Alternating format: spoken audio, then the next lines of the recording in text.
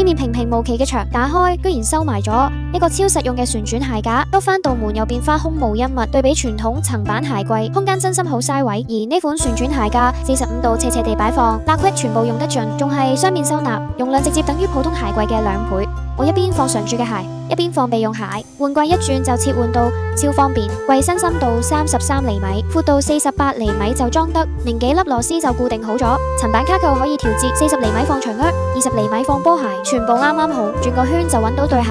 鞋多嘅人真係會開心到癲。